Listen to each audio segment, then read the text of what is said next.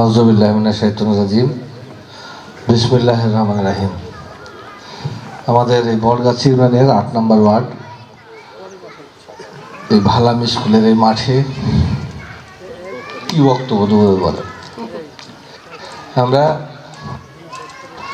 আজকে আমাদের বক্তব্যর ভাষা হারিয়ে গেছি। আমরা এমন একটা ক্ষণে এখানে এসেছি, বাংলাদেশের অবিসংবাদিত নেত্রী, বারবার যাকে দেশের মানুষ ভোট দিয়ে প্রধানমন্ত্রী নির্বাচিত করেছিলেন, আমাদের সেই নেত্রী নির্যাতিত মানুষের কণ্ঠস্বর, গণতন্ত্রকামী মানুষের কণ্ঠস্বর, ওই আধিপত্যবাদী আগ্রাসবাদী শক্তির সবচেয়ে তাদের বিরুদ্ধে যে বলিষ্ঠ ভূমিকা রেখেছে সেই কণ্ঠস্বর, যার হাতে কেবল আমাদের এই স্বাধীনতা সার্বভৌমত্ব নিরাপদ ছিল, তিনি তার জীবন দশায় যেমন মানুষের জন্য কল্যাণকর কাজ করে গেছে, তার ত্যাগের মহিমায় মহিমান্বিত। উনি যখন ম্যাট্রিক পরীক্ষা দিয়েছেন, তারপরে ওনার বিয়ে হয়েছে। আমার ভাই বক্তব্য রাখলেন, সুন্দর বক্তব্য রাখলেন। তারপরে যখন 1965 সালে যখন জিয়াউর রহমান সাহেব ইস্ট বেঙ্গল রেজিমেন্টের হয়ে ভারতের বিরুদ্ধে যখন যুদ্ধ করে, খ্যাপ খাননের যুদ্ধ, তখন থেকে ওনার উৎকণ্ঠা। এখানে জানে, আমার মায়েরা জানে, এখানে আমার বাবারা জানে, আমার চাচারা জানে, যদি বাড়িতে যদি কোনো সেনার সদস্য থাকে, তারা যখন যুদ্ধের ময়দানে থাকে, তাদের স্ত্রীরা, তাদের পরিবারের সদস্যরা কেমন উৎকণ্ঠায় থাকে। এবং খালেদা জিয়া সেটাই করেছিলেন। ৭১ সালে শহীদ রাষ্ট্রপতি জিয়া রহমান যখন স্বাধীনতা যুদ্ধের ঘোষণা দেয়, তখন তো পাকিস্তানের ওই হানাদার বাহিনী তাকে গ্রেপ্তার করার জন্য খোঁজাখুঁজি শুরু করেছিল। তার আগে উনি ঢাকায় চলে এসেছিলেন।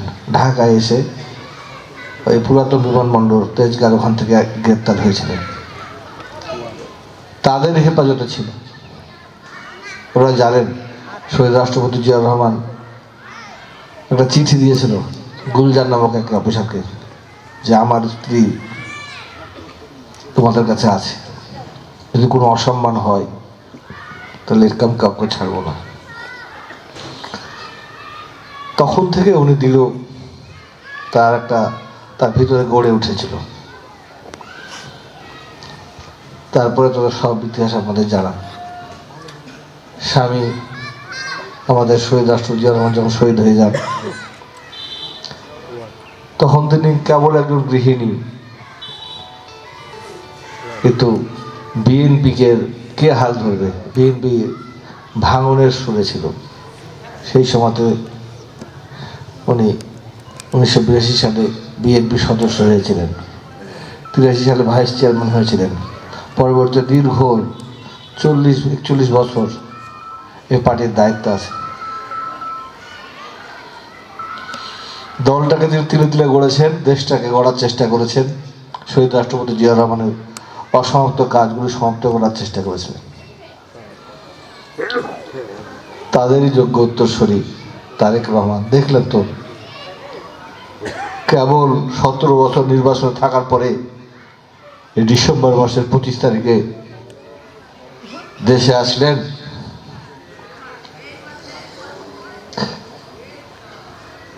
মাকে তার বাড়িতে নিয়ে যাবেন, মার সঙ্গে থাকবেন, এমনটি তো আশা করা কথা ছিল। সেটা কি হয়েছে? 25 তারিখে তাকে হাসপাতালে যেতে হয়েছে। হাসপাতাল থেকে মাকে আর ফেরত নিয়ে বাসায় যেতে পারেননি জীবিত অবস্থায়। বাংলাদেশের জাতীয় পতাকায় মোড়া লাশ নিয়ে গেছেন তার বাসায় 31 তারিখে। 2 ঘন্টা রেখে মায়ের মাথার কাছে বসেছিলেন। দেখেছেন না বাংলাদেশের চিত্র? এটাই বাংলাদেশের চিত্র। ঠিক আর একজন খালেদা জিয়ার মতো তার বাবাকে সান্ত্বনা দেওয়ার জন্য তার পাশে জাইমা রহমান, দেখেছে তার বাবাকে কিভাবে সামলাচ্ছিলেন।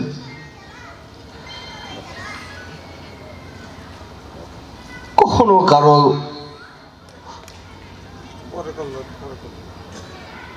ক্ষতি চান নাই, কাউকে কখনো ব্যক্তিগতভাবে কখনো আক্রমণ করেন নাই।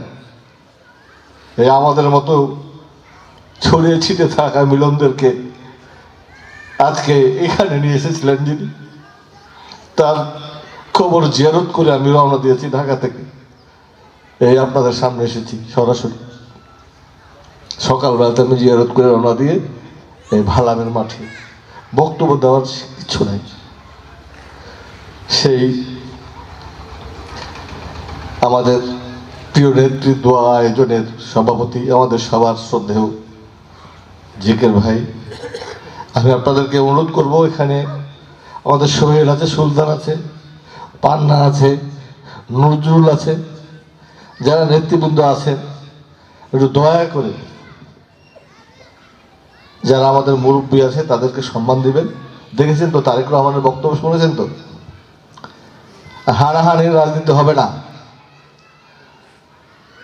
রেশারেশি রাজনীতি হবে না, প্রতিহিংসার রাজনীতি চলবে না, প্রতিশোধের রাজনীতি চলবে না। বেগম খালেদা জিয়া মহিষী নারী, উনি যেমন বলে গেছেন দেশ বাঁচাও, দেশের মানুষ বাঁচাও, তখন কেউ বুঝেনি তার কথা। হারে হারে 17 বছর লেগেছে বুঝতে।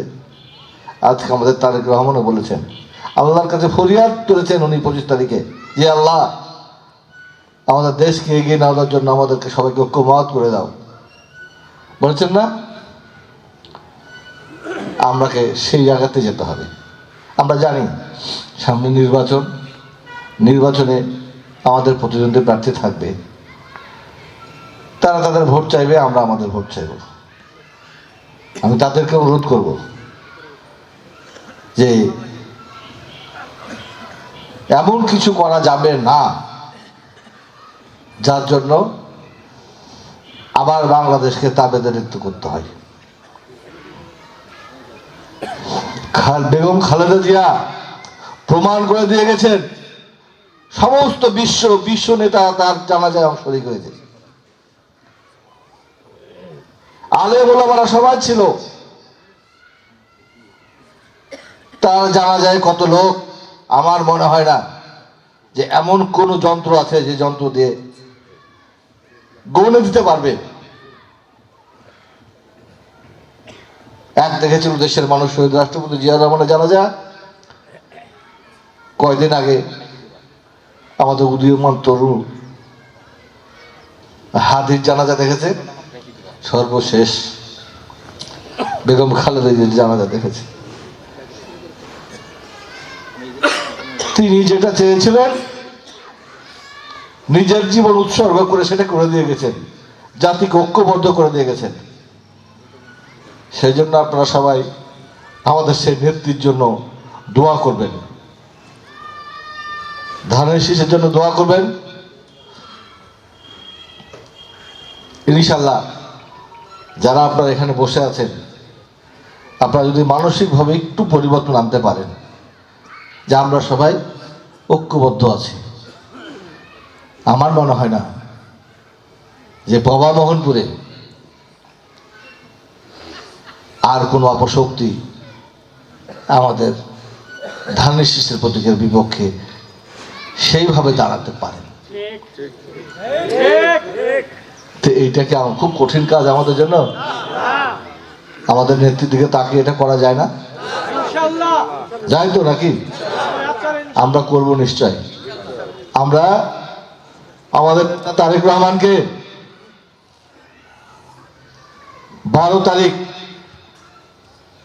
12 ফেব্রুয়ারি 2026, আজকে 2 জানুয়ারি 2026, আর 40 দিন পর ইনশাল্লাহ আমরা ভালো খবর দেব। এবং এই শুধু বাবা মোহনপুরে নয়, সারা রাজশাহী তথা বৃহত্তর রাজশাহী বিভাগ সহ সারা বাংলাদেশের খবর যাবে।